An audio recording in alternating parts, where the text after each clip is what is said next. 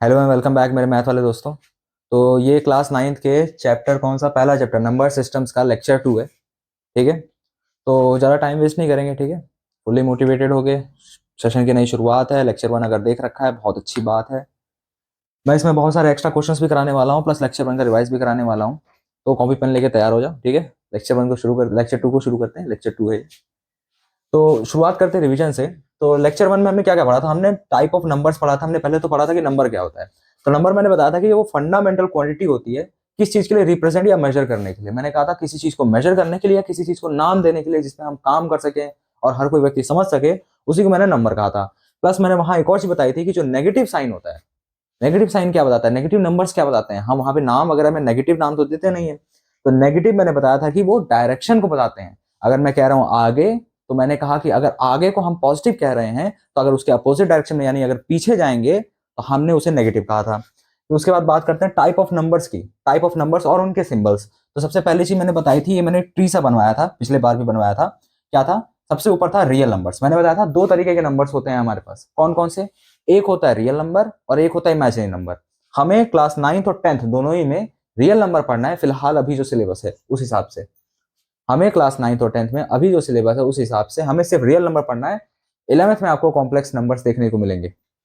तो real numbers क्या होते हैं? रियल नंबर्स, उसका सिंबल आर है। अब रियल नंबर्स के अंदर भी दो अलग अलग तरीके के नंबर्स आते हैं। कौन कौन से नंबर्स आते हैं? एक है रेशनल नंबर, एक है इरेशनल नंबर। जो रेशनल नंबर है उसका रिप्रेजेंटेशन हमने किया है क्यू से। अभी मैं फिर से दोबारा बता रहा हूँ, ये सब याद करने की कोई जरूरत नहीं है। ये R Q, R minus Q Z वगैरह भी याद करने की जरूरत नहीं है। कुछ बेसिक आइडिया ले लो, आगे जब क्वेश्चंस करेंगे तो अपने आप वो याद हो जाएगा। तो क्या है? रेशनल नंबर का सिंबल क्यू है। इरेशनल नंबर का सिंबल आर माइनस क्यू। क्या चीज है सर? तो जो रियल नंबर्स हैं उसमें रेशनल इरेशनल दोनों आ रहे हैं। तो हमने क्या कहा कि जो रियल नंबर्स हैं उसमें सारे रेशनल नंबर हटा दो। आर जो रियल नंबर है उसमें से क्यू यानी सारे रेशनल नंबर हटा दो। तो जब रियल नंबर से रेशनल नंबर हटाएंगे तो जो बचेगा उसी को हमने रेशनल नंबर कहा है। फिर बात करते हैं रेशनल नंबर में। तो रेशनल नंबर में भी तीन चीजें हैं। क्या क्या है? पहला नेचुरल नंबर। नेचुरल नंबर मतलब जो नेचुरली अकरिंग नंबर्स हम देखने को मिलता है, यानी कि जब हम नेचुरली अकरिंग ऑब्जेक्ट को जब हम नाम देते हैं कोई, तो हम जब शुरुआत करते हैं तो हम 1 2 3 से शुरुआत करते हैं। तो जो नेचुरल नंबर होते हैं वो भी किससे शुरू होते हैं? वो शुरू होते हैं 1 2 और 3 और चलते चले जाते हैं। उसके बाद होल नंबर क्या है? होल नंबर बस इसी नेचुरल नंबर में हमने क्या किया है? जीरो एलिमेंट को ऐड कर दिया है। जब हम जीरो एलिमेंट यानी कि जब हम होल नेचुरल नंबर में ही जीरो को ऐड कर देते हैं तो वहीं क्या बन जाते हैं? होल नंबर बन जाते हैं। फिर बात करते हैं इंटीजर की। तो इंटीजर को मैंने बताया था नंबर लाइन की मदद से। मैंने बताया था नंबर लाइन क्या है? एक लाइन है जिसपे सारे ही नंबर्स को हम रिप्रेजेंट कर सकते हैं। उसी में मैंने इंटीजर्स बताया था, यानी कि जब हम इन्हीं होल नंबर में नेगेटिव नंबर्स को इंट्रोड्यूस कर दें तो वो जो नंबर्स बन के हमारे पास आते हैं, वहीं जो हमारे पास ये जो लिस्ट बन के आ जाती है, उन्हीं को हमने क्या कहा था? हमने इंटीजर कहा था। उसके बाद बात करते हैं क्या, हमने पढ़ा था कि रेशनल नंबर क्या होते हैं। रेशनल नंबर की पहचान पढ़ी थी हमने। रेशनल नंबर की पहचान क्या है? सबसे पहली चीज, जो रेशनल नंबर होते हैं उसको हम पहली चीज तो पी बाई क्यू के फॉर्म में लिख सकते हैं, जिसमें जो क्यू है वो नॉट इक्वल टू जीरो होना चाहिए, यानी जो डिनोमिनेटर है वो जीरो के इक्वल नहीं होना चाहिए। ये हमने पढ़ा था, पहली कंडीशन। दूसरी कंडीशन, या तो जो डेसिमल बने, जो उसके डेसिमल अगर हमें पी बाई क्यू के फॉर्म में नहीं दिया है तो कैसे पहचानेंगे? उसका रूप है क्या? डेसिमल्स देखो। अगर डेसिमल या तो टर्मिनेटिंग दिख जाए, जैसे कि 1/2 जो कि कट के पूरा 0.5 कंप्लीट आता है, हमें कोई भी एक्स्ट्रा आगे कुछ डेसिमल देखने को नहीं मिलता है, मतलब कुछ रिपीट वगैरह नहीं हो रहा है, कुछ भी एक्स्ट्रा आगे नहीं आ रहा है। फिर दूसरी चीज क्या है कि रिपीटिंग देखने को मिल जाए, या तो वो नंबर रिपीट ही हो जाए। जैसे कि यहाँ देखो, यहाँ 3 जो है वो रिपीट चलता चला जा रहा है, चलता चला जा रहा है आगे एकदम पता नहीं कहां तक। तो ये जो यहाँ पे 3 जो है ये बार बार बार बार बार बार रिपीट हो रहा है। ये ना ही ये डेसिमल कभी खत्म हो रहा है लेकिन रिपीट कर रहा है। ये भी एक कंडीशन है कि वो रिपीट करना चाहिए अगर खत्म नहीं हो रहा है तो। अगर वो रिपीट कर रहा है तो हाँ वो रेशनल नंबर में आता है। फिर हमने एक क्वेश्चन किया था जिसमें हमने पता किया था, तो हमने कौन से टाइप के क्वेश्चन पढ़ा था? ये इस टाइप का हमने एक क्वेश्चन देखा था। क्वेश्चन क्या था कि हमें दो रेशनल नंबर के बीच में कुछ गिनती के रेशनल नंबर्स निकालने थे। हमें बता दिया था कि हमें कितने रेशनल नंबर्स निकालते हैं। हमने वहां 3 और 4 के लिए किया था, यहाँ पे हमने 3/5 और 4/5 के लिए निकालना है। सिमिलर क्वेश्चन है, सिमिलर क्वेश्चन है पूरा। पहली बात तो हमें कितने निकालने हैं? तो हमें 5 रेशनल नंबर्स निकालने हैं। 5 रेशनल नंबर्स निकालने हैं। 5 रेशनल नंबर्स निकालने हैं। किसके किसके बीच में? 3/5 और 4/5 के बीच में निकालने हैं। ठीक है। तो मैंने कहा था जो भी जितने भी हमें निकालने हैं उसको n के इक्वल रख दो। तो n के इक्वल हमने 5 को रख दिया। फिर क्या कहा कि जो भी वैल्यू यहाँ n के इक्वल हमने रखा है उसमें एक जोड़ दो। तो n+1 किया। n+1 करने पे क्या आएगा? n था 5 तो 5+1 किया। और 5 + 1 करने पे आया 6 आया हमारे पास। ठीक है, अब इसके बाद क्या करना था, तो इसके बाद जो भी हमारे पास नंबर्स हैं उसमें क्या करो, न्यूमरेटर और डिनोमिनेटर में, किसमें किसमें, न्यूमरेटर और डिनोमिनेटर में जो ये जो n+1 की वैल्यू आई है उससे मल्टीप्लाई कर लो। तो जब न्यूमरेटर में मल्टीप्लाई करेंगे तो 3 × 6 कितना आएगा, 3 × जब 6 करेंगे तो वो 18 आता है। फिर 5 × 6 करेंगे तो वो 30 आता है। ठीक है, फिर उसके बाद 4 × 6 करेंगे तो वो 24 आता है, और 5 × 6 करेंगे तो वो 30 आता है। ये क्यों किया, अरे दूसरे नंबर में भी हमें न्यूमरेटर और डिनोमिनेटर में इसी n+1 वाली वैल्यू से मल्टीप्लाई डिवाइड मतलब मल्टीप्लाई करना है न्यूमरेटर और डिनोमिनेटर दोनों में। तो जब हम 4 × 6 कर रहे हैं तो 24 आ रहा है, 5 × 6 कर रहे हैं तो 30 आ रहा है। इससे क्या होता है, इससे ये होता है कि जो डिनोमिनेटर है वो तो हमारा सेम ही रहने वाला है, यानी हम सेम लेवल वाले नंबर पे ही बात कर रहे हैं। फिर जो तुम्हारा यहाँ पे जो अब जो इनके बीच में गैप बन रहा है ना, गैप अगर हम देखें तो यहाँ से 18 से लेकर 24 तक, तो देखोगे तो जितने भी बीच के नंबर्स आए जैसे 19/30, 20/30, 21/30, ऐसा तुम जब सारे नंबर्स 18 से लेकर 24 तक लिखोगे तो जो बीच के नंबर्स होंगे वो गिनोगे तो सारे के सारे रेशनल हैं, क्योंकि p/q फॉर्म मैच हो रही है। ठीक है, ये सारे के सारे ही रेशनल हैं, लेकिन देखो टोटल कितने हैं, 1 2 3 4 5, और वो किसके किसके बीच में है, इन दोनों नंबर्स के बीच में है, यानी जो हमारे रेशनल नंबर्स थे उनके बीच में हमें 5 जो हमें रेशनल नंबर ढूंढने थे वो मिल चुके हैं। तो यहाँ पे ये मेथड काम आता है। बस इतना ही हमने पिछले लेक्चर में पढ़ा था। इस लेक्चर में क्या पढ़ना है, ठीक है, उस पर आगे बढ़ते हैं। तो आगे बढ़ते हैं अगले टॉपिक पर, लेक्चर 2 के क्या है। लेक्चर 1 में हमने रेशनल नंबर्स के बारे में पढ़ा था सब कुछ। अब बात करते हैं कि इर्रेशनल नंबर्स क्या होते हैं। जो हमने ट्री बनाया था उसमें 2 हिस्से किए थे, एक रेशनल नंबर एक इर्रेशनल नंबर। रेशनल पढ़ लिया, अब बारी आ रही है इर्रेशनल नंबर की। तो जो इर्रेशनल नंबर्स होते हैं जिन्हें हम r - q से रिप्रेजेंट कर रहे हैं वो क्या होते हैं, तो numbers in which the decimal part never repeats or terminates and cannot be written in the p/q form where q not equal to 0। ठीक है, इसका मतलब क्या है, तो इर्रेशनल नंबर्स वो नंबर्स होते हैं, कौन से नंबर्स, जिन्हें हम कभी डेसिमल में जब हम देखने की कोशिश करेंगे, जब भी हम डेसिमल में देखने की कोशिश करेंगे तो ना ही रिपीट हो रहे होंगे ना ही टर्मिनेट हो रहे होंगे, और p/q के फॉर्म में तो बिल्कुल भी नहीं दिखेंगे। क्या मतलब है, जो रेशनल नंबर्स होते थे उसका हमने डेफिनेशन क्या बताया था, उसकी पहचान क्या बताई थी, मैंने बताया था कि वो हमें p/q के फॉर्म में दिख सकते हैं जहां पे कंडीशन है q not equal to 0, very important condition. हमने बताया था कि वो p/q के रूप में देखने को मिलेगा, या तो उसका डेसिमल रिपीट हो जाएगा या तो डेसिमल टर्मिनेट हो जाएगा। रिपीट का एग्जांपल मैंने बताया था 1/3 जहां पे 0.333 रिपीट हो रहा था। टर्मिनेट का एग्जांपल बताया था 1/2 जहां 0.5 के बाद वो एंड हो जा रहा था, उसका डेसिमल टर्मिनेट हो गया डेसिमल। अब जो इर्रेशनल नंबर्स होते हैं वो इनमें से जो किसी भी इनमें से तीनों में से कोई भी एक कंडीशन, कुछ भी कंडीशन फॉलो ना करें, उन्हीं नंबर्स को कहा गया है इर्रेशनल नंबर्स। अब उसके कुछ एग्जांपल्स भी हैं, क्या है, पाई, √2, √3 और एक रैंडम सा मैंने नंबर लिखा है।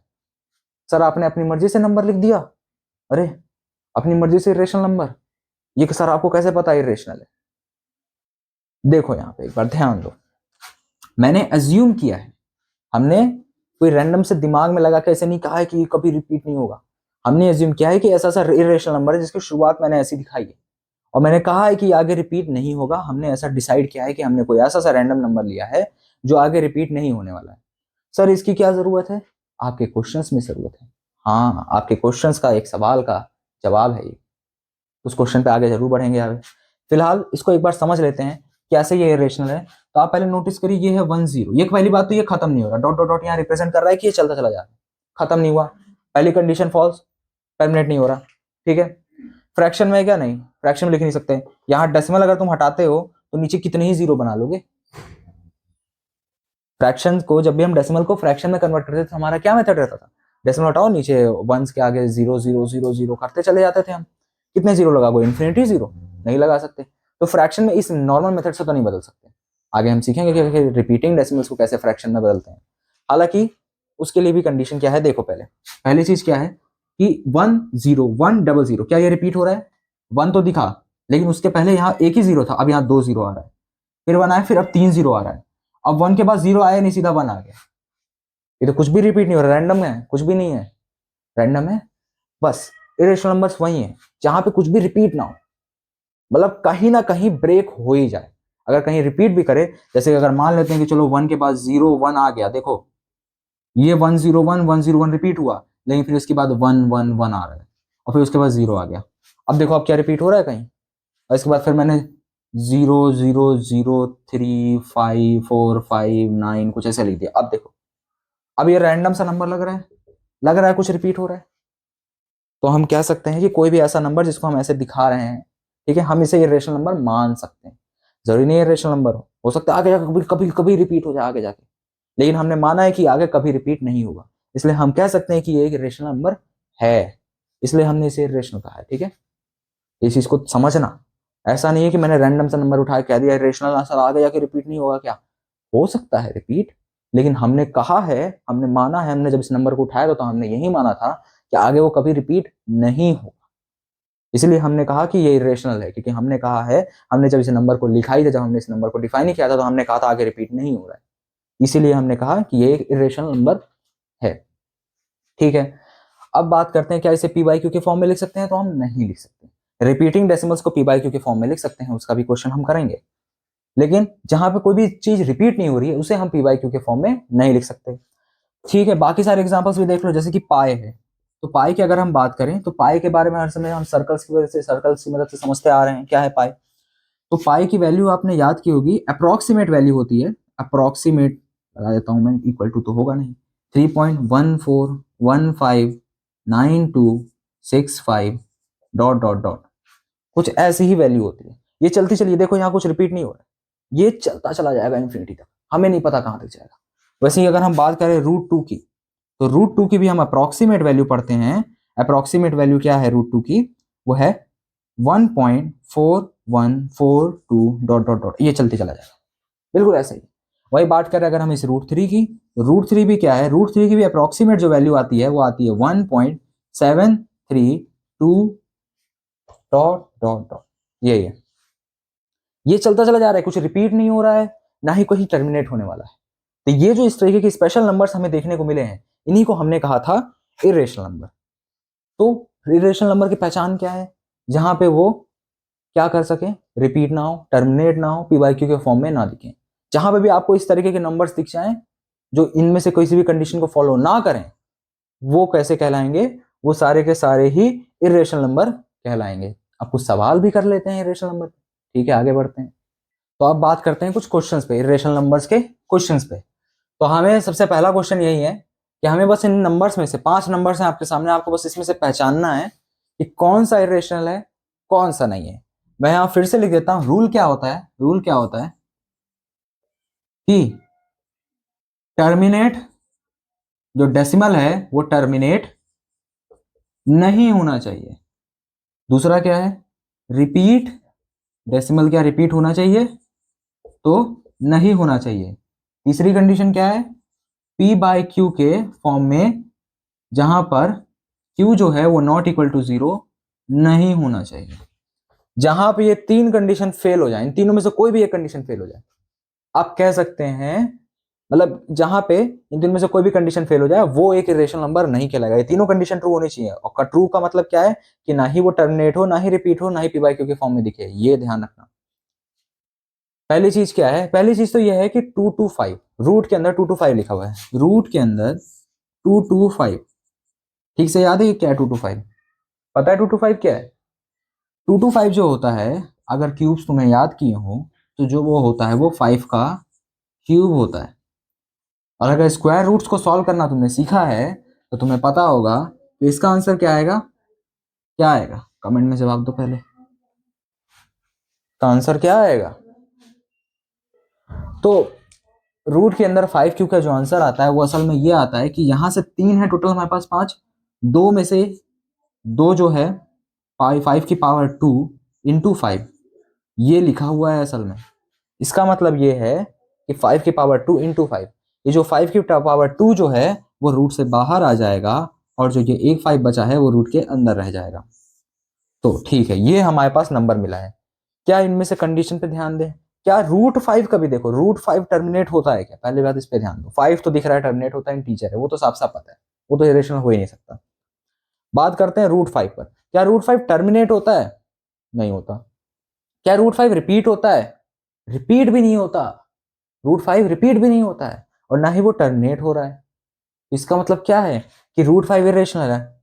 सर आपने पी बाई क्यू वाली कंडीशन तो चेक ही नहीं की, अरे सर ये क्या कर रहे हैं आप, पी बाई क्यू वाली कंडीशन तो चेक ही नहीं की बेटा। देखो जब भी पी बाई क्यू के फॉर्म में होगा ना, अगर कोई नंबर पी बाई क्यू के फॉर्म में है जहां पे क्यू नॉट इक्वल टू 0 है, तो उसके नंबर के साथ इनमें से दोनों में से कोई भी एक कंडीशन ट्रू हो ही जाती है हर बार।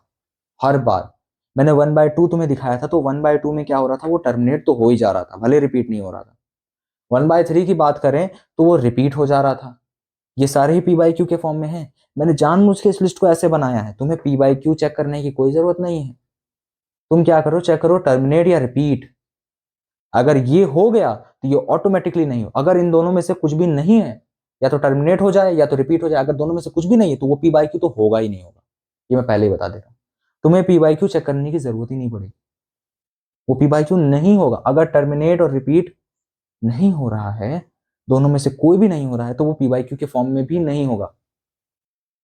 बस इतना ही चेक करना है। पी बाई क्यू फॉर्मेलिटी के लिए, पेपर में डेफिनेशन पूछ लिया, रूल्स पूछ दिया, कहीं एमसीक्यू में आ गया, तो तुम्हें पता होना चाहिए ये तीनों तीनों चीजें होती हैं, ये पता होना चाहिए, इसलिए यहाँ लिखा है। जनरली बस ये दो चेक कर लो, उसी से पता चल जाएगा कि रेशनल है या इरेशनल। यहाँ देखिए क्या टर्मिनेट हो रहा है, नहीं। रिपीट हो रहा है, नहीं हो रहा है sir. P by Q check करने की जरूरत नहीं, हम सीधा कह सकते हैं कि हाँ ये एक इरेशनल नंबर होगा। अब बात करते हैं इस नंबर की, तो इस नंबर को लिखने की भी जरूरत नहीं है। क्या है देखो, 718 क्या रिपीट हो रहा है ये? क्या ये रिपीट हो रहा है? ये वाली कंडीशन ट्रू हो जा रही है, तो इसका मतलब क्या ये रेशनल नंबर होगा? ये तो होगा इरेशनल। क्या ये इरेशनल होगा? ये इरेशनल नहीं होगा, ये इरेशनल नहीं होगा। इसकी बात करें तो ये ध्यान दो, ये तो डेसिमल टर्मिनेट ही हो जा रहा है, खत्म ही हो जा रहा है। पहली ही कंडीशन ट्रू हो गई सर, तो ये भी डेसिमल जो है वो इरेशनल नहीं होगा। अब बात करते हैं इस नंबर की। सर यहाँ देखें पैटर्न साथ कुछ तो दिख रहा है, क्या है सर? तो 1 0 1 0 0 1 0 0 सर यहाँ तो कुछ रिपीट ही नहीं हो रहा है। यहाँ पे 0 रिपीट हुआ लेकिन फिर सर 1 आ गया, कट कर दिया उसने। यहाँ 3 0 रिपीट हुआ, फिर सर यहाँ पे 1 आ जाएगा, ये तो कट हो जा रहा है सर। तो क्या ये यहाँ पे कुछ रिपीट हो रहा है? नहीं, रिपीट नहीं हो रहा है। हम ध्यान दे तो सब कुछ रिपीट नहीं हो रहा है। यहाँ पे 718 तो यहाँ 718 ही आता रहेगा। यहाँ तुम्हें दिख रहा है कि अरे सर ये तो 1 0 कई बार रिपीट हो रहा है। ध्यान दो, एक पर्टिकुलर नंबर चंक रिपीट होना चाहिए जो कि बार बार आते ही रहे, हर बार। अगर देखो 1 के बाद यहाँ 0 आ रहा है, तो यहाँ 1 के बाद 0 आना चाहिए, और वहीं यहाँ 0 के बाद 1 आ रहा है, तो यहाँ 0 के बाद भी 1 आना चाहिए था, लेकिन 0 आ गया है, तो ये भी गलत हो गया यहाँ पे। फिर उसके बाद सर यहाँ 1 के बाद 0 0 आ रहा है, यहाँ 1 के बाद 0 0 आ रहा है, तो इस 0 के बाद फिर 1 भी आना चाहिए था, लेकिन फिर 0 आ गया। अरे सर फिर पैटर्न टूट गया। तो इसका मतलब ये एक इर्रेशनल नंबर है। हाँ ये एक इर्रेशनल नंबर है, मैंने पीछे एग्जाम्पल में भी लिखवाया था। अब बात करते हैं √44। √44 क्या होता है? ये तो याद ही होगा, याद है क्या? 44 किसका, 144 किसका स्क्वायर होता है? 144 होता है 12 का स्क्वायर। 12 तो साफ साफ दिख रहा है एक इंटीजर है। ये तो सर ये तो एक इंटीजर है, इसमें तो डेसिमल के बाद देखो, सीधा देखो टर्मिनेट हो गया। सर डेसिमल के बाद टर्मिनेट हो गया तो इंटीजर है, इसका मतलब ये भी एक इरेशनल नंबर नहीं है। तो हमारे पास कितने इरेशनल नंबर? हमारे पास खाली ये दो इरेशनल नंबर थे, ये दो इरेशनल नंबर थे बस। तो हम ऐसे पहचानते हैं कि आखिर इरेशनल नंबर क्या होता है। ठीक है, अब क्या करते हैं, एक और क्वेश्चन करते हैं। अब बारी आ रही है कि आखिर हम इरेशनल नंबर को नंबर लाइन पे कैसे दिखा सकते हैं। अरे सर नंबर लाइन पे भी दिखा सकते हैं, हाँ दिखा सकते हैं, उसको देख लेते हैं अब। तो अब देखते हैं इस क्वेश्चन में कि आखिर हम √3 जो कि इरेशनल नंबर है उसको हम नंबर लाइन पे कैसे दिखा सकते हैं। ठीक है, तो ये एक सैंपल नंबर लाइन मैंने यहाँ बना ली है। ठीक है, एग्जैक्ट नंबर लाइन नहीं है, देखो यहाँ डिफरेंस देखो, यहाँ दूरी कम है, यहाँ दूरी ज्यादा है, ये तो एकदम बराबर नंबर लाइन नहीं है। आप जो अपनी कॉपी में मैं रेकमेंड करूंगा कैसे बनाएं, आप स्केल का यूज करें, बराबर दूरी रखें, ज्यादा आसानी होगी बनाने में और ज्यादा अच्छे समझ में भी आएगा, और आपका एरर भी कम, यहाँ एरर देखने को मिल सकता है। तो अब बात करते हैं, हमें दिखाना है किसे, हमें √3 को दिखाना है, जिसकी अप्रोक्सीमेट वैल्यू मैंने बताई थी 1.732 होती है। अच्छा 1.732, क्या ये सर ये तो 1 और 2 के बीच में कहीं दिख रहा है सर, 1 और 2 के बीच में, 1 और 2, क्या सर इसके बीच में कहीं आएगा? हाँ इसके बीच में कहीं, इस पॉइंट के यहाँ कहीं आएगा, 2 के ज्यादा पास रहेगा। देखो 7 क्या है, 2 के ज्यादा पास है। सेंटर में होता तो 5 होता, क्योंकि सेंटर में नहीं है, असल में वो 2 के ज्यादा पास है, तो 2 के ज्यादा पास लगभग उतना ही आना चाहिए। अब हम सर √3 को कैसे रिप्रेजेंट करें, तो आप लोगों ने एक फॉर्मूला पढ़ा होगा, एक थ्योरम पढ़ी होगी जिसका नाम है पाइथागोरस थ्योरम। पाइथागोरस थ्योरम क्या कहता है कि जो परपेंडिकुलर का एक राइट एंगल ट्राइंगल में परपेंडिकुलर का स्क्वायर प्लस जो बेस का स्क्वायर होता है वो हाइपोटेनियस के स्क्वायर के बराबर होता है। हम इसी चीज का यूज करने वाले हैं। ये किस चीज के लिए है? Right angle triangle. एक मैंने ट्राइंगल बना लिया ये, और यहाँ पे अगर ये एंगल राइट एंगल है और ये अगर परपेंडिकुलर, ये बेस, और अगर ये साइड हाइपोटेनियस है, तो ये जो रिलेशन है ये हर इस तरीके के दिखने वाले राइट एंगल जैसा ही, हर इस तरीके के दिखने वाले राइट एंगल पे काम करता है। हम इसी तरीके के दिखने वाला एक राइट एंगल यहाँ बनाएंगे। कैसे बनाएंगे? तो मैं एक ही चीज रेकमेंड करूंगा, ठीक है? एक चीज ध्यान रख लो, हमेशा यूनिट का यूज करो। यहाँ पे 2 का स्क्वायर मुश्किल है, आसान है। 12 का स्क्वायर सर मुश्किल पड़ जाता है, याद करना पड़ता है सर 144। 13 का स्क्वायर सर 169, याद करना पड़ जाता है सर। 13 का स्क्वायर निकालना दिमाग में मुश्किल पड़ता है सर। कोई बात नहीं, 1 का स्क्वायर तो पता है। 1 का स्क्वायर तो 1 है। इससे आसान कुछ हो सकता है? जिस नंबर का स्क्वायर निकाल लो वही आंसर है उसका। तो क्या करो, तुम पहले तो एक जीरो पे पॉइंट ले लो। ले लिया सर, ठीक है। उसके बाद राइट साइड एक यूनिट खींच लो। सर खींच ली, ये रही एक यूनिट। ये मैंने यहां से यहां तक एक यूनिट दिखाई है, 1 दिखाया है, एक यूनिट। ठीक है सर, यहां पे खींच लिया। अब क्या करो, इस लाइन के परपेंडिकुलर साइड में एक यूनिट और खींच लो। अरे सर एक यूनिट और, चलिए ठीक है सर, खींच लिया। सर परपेंडिकुलर क्यों खींचा? मैंने कहा कि हम पाइथागोरस थ्योरम का यूज करने वाले हैं, तो उसके लिए हमें क्या चाहिए? राइट एंगल ट्राइंगल, यानी परपेंडिकुलर साइड में हमें लाइन चाहिए, इसलिए हमने क्या किया? खींच लिया। अब अगर तुम ये हाइपोटेनस लाइन बनाओगे, मैंने बताया जो ये यूनिट है ये 1 है, जो इधर वाली में हमने बनाई ये भी क्या है? 1 यूनिट है सर, ठीक है। अब जो ये वाला हिस्सा है, जब हम इस पे तुम पाइथागोरस थ्योरम लगाएंगे तो जो ये वैल्यू आती है ना, ये आती है √2। अरे सर क्या बात है, √2 आती है। √2 एक इरेशनल नंबर, इसका वैल्यू आता है। सर लाइन लाइन से हम दिखा पा रहे हैं सर, इतना सा होता है √2। अरे इतना सा नहीं होता है, ये कोई मेजर्ड वैल्यू थोड़ी है, मेजर डायमेंशन थोड़ी है, रैंडम डायमेंशन है। स्केल में आपको पता चलेगा, अभी मैं बताता भी हूँ कि ये रेशनल कैसे है। अब इसके बाद क्या करो, ये जो लाइन बनी है, हम √3 तक जाने वाले हैं। हमने यहाँ पे क्या किया? एक दो बार 1 लिया, एक बार दो बार सर 1 लिया। जब हमने सर एक और दो बार 1 लिया तो 2 आया, √2 की वैल्यू आई। हमें √3 तक जाना है सर, तो एक और बार 1 ले लें क्या? 3 बार 1 ले लें। अगर हम 3 बार 1 लेंगे तो क्या √3 की वैल्यू आएगी? देख लो। अब क्या करो, ये जो साइड हाइपोटेनियस आई है इसको बना लो बेस, और यहां से एक परपेंडिकुलर खींच लो, ठीक है सर। और इसकी यूनिट भी क्या रख दो? इसकी यूनिट भी क्या रहेगी सर? 1 यूनिट रहेगी। क्या रहेगी? 1 यूनिट दूरी रहेगी, ठीक है सर। अब अगर तुम यहां से एक हाइपोटेनियस बनाओगे, जो कि यहां पे बनेगा कहीं, यहाँ पे जो हाइपोटेनस बनेगा और ये परपेंडिकुलर साइड है, तो ये जो हाइपोटेनस बनेगा ये जो सर बराबर होगा किस चीज के? √3 के बराबर होगा क्या? हाँ, √3 के बराबर होगा। हमने पहले यहाँ लिया 1, फिर एक और लिया 1, फिर एक और लिया 1। 3 बार जब हमने 1 लिया तो जो वैल्यू आई वो √3 आई। ऐसे हम और भी कर सकते हैं। यहाँ तुम एक और परपेंडिकुलर बनाओ, 4 बार 1 सर। अब तुम जब लाइन खींचोगे ना तो वैल्यू √4 यानी कि 2 आएगी, यानी कि 2 आएगी। ये करके देखो, ज्योमेट्री से ट्रू रहेगा, हर बार ही ट्रू होने वाला है। अब क्या करना है सर? सर ये तो हमने यहाँ पे एक लाइन के रूप में दिखा दिया सर √3। सर ये तो लाइन के रूप में दिखा दिया सर, नंबर लाइन पे कैसे दिखाएं? तो क्या करो, एक प्रोटेक्टर लो। प्रोटेक्टर पता है, प्रोटेक्टर में पेंसिल लगाओ। यहाँ पे जो ये पॉइंट आ रहा है वहां पे अपना तुम नोक रखो, सेंटर बनाओ इसे। और जो पेंसिल का आर्क है वो इस वाले पॉइंट पे रखो, ठीक है सर। यहाँ पे रख लिया। जब तुम ऐसे रखोगे और यहां से जब तुम ऐसे एक आर्क बनाओगे तो तुम पाओगे कि वो जो आ रहा है वो एक पॉइंट पे आएगा नंबर लाइन पे, और ये जो पॉइंट होगा ना, ये जो पॉइंट होगा यही तुम्हारा पॉइंट √3 होगा। हाँ, यही √3 होगा। अब तुम जितना बढ़िया स्केल लाओगे, जितना ज्यादा क्लोज, जितना ज्यादा छोटा मेजर कर सकता है, तुम √3 की उतनी ज्यादा एक्यूरेट वैल्यू निकाल सकते हो। हम यहाँ √3 की, सर ये तो √3 की एग्जैक्ट वैल्यू आ जाएगी हमारे स्केल में, तो सर 1.73 पे रुक गया है सर, उसके आगे तो है ही नहीं सर। क्या एग्जैक्ट वैल्यू है सर? √3 रेशनल हो गया सर? इरेशनल तो है ही नहीं, टर्मिनेट हो गया।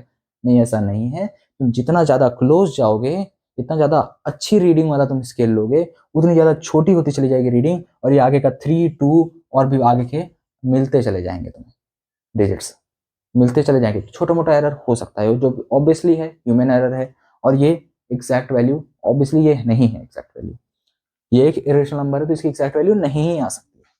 अब बात करते हैं क्या, अब √2 को सर कैसे पता करेंगे, तो सेम है, प्रोटेक्टर लिया, इसको सेंटर बनाया, यहां से आर्क तुम लगाओगे, आर्क लगाओगे तो 1.414 यानी कुछ यहां पर आएगा, यानी सेंटर से थोड़ा सा लेफ्ट साइड आएगा, और जो सर होगा ये सर क्या, ये पॉइंट √2 होगा, हाँ ये जो पॉइंट आएगा ये √2 ही है, यही √2 पॉइंट रहने वाला है। तो ऐसे रिप्रेजेंट करते हैं नंबर लाइन। इसके बारे में हमें ज्यादा जानने की जरूरत नहीं, ये आता भी नहीं है जनरली पेपर में, बहुत रेयरली देखने को मिलता है। अगर टीचर को मार्क्स देने होते हैं रैंडमली, या फिर पेपर छोटा बन रहा है, बहुत कम चैप्टर्स आ रहे हैं किसी रैंडम से टेस्ट में, उसमें हो सकता है सर दे दें, लेकिन जनरली ये एग्जाम वगैरह में देखने को नहीं मिलता। आएगा भी तो ज्यादा से ज्यादा किसमें आ जाएगा, 2 नंबर में आ जाएगा बस, उसमें भी एक ना एक एक्स्ट्रा सवाल जरूर पूछेगा वो, ये क्योंकि ये कुछ ज्यादा है नहीं, और ना ही ये आता भी है पेपर में। ठीक है, तो सर अब क्या करें, आगे बढ़ें, आगे बढ़ते हैं। ठीक है, तो ये एक और सवाल है जो हम करने वाले हैं। अब सवाल क्या है, ये तो सर वही पिछले वाला सवाल दिख रहा है सर, रेशनल नंबर निकालने थे हमें कुछ, यहाँ पे सवाल में थोड़ा सा चेंज है। सवाल में चेंज क्या है कि पिछली बार हमें रेशनल नंबर निकाला था, इस बार हमें इर्रेशनल नंबर निकालना है।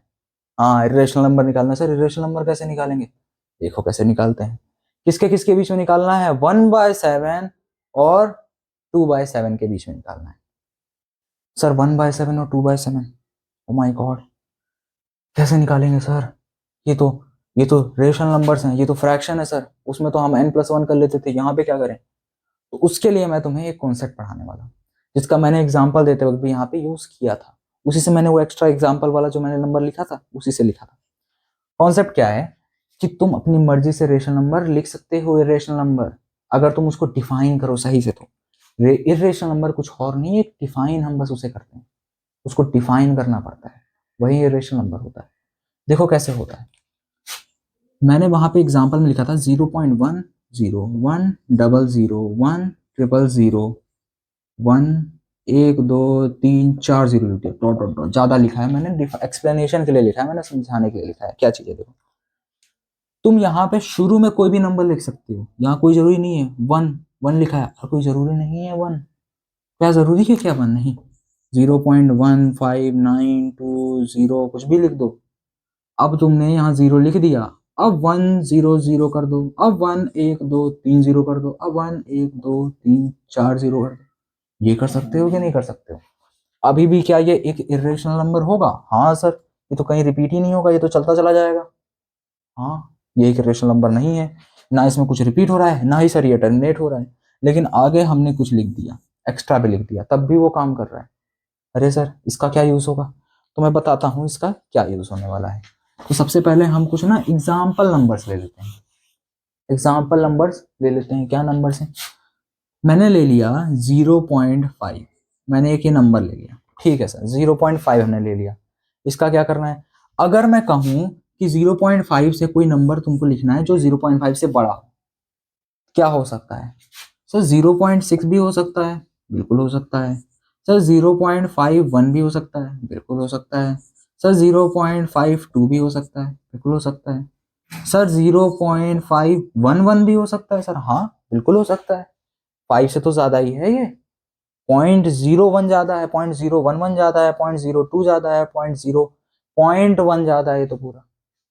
तो अगर मैं कहूँ कि इससे बड़ा नंबर लिखना है, तो हमने क्या किया, हमने बस जो यहाँ इनिशियल नंबर था उसी में थोड़ा सा चेंज किया, तो हमने उसी को बदल दिया, उससे बड़ा नंबर डाल दिया, या उसके आगे 1 2 नंबर डाल दिए, तब भी बड़ा हुआ कि नहीं हुआ।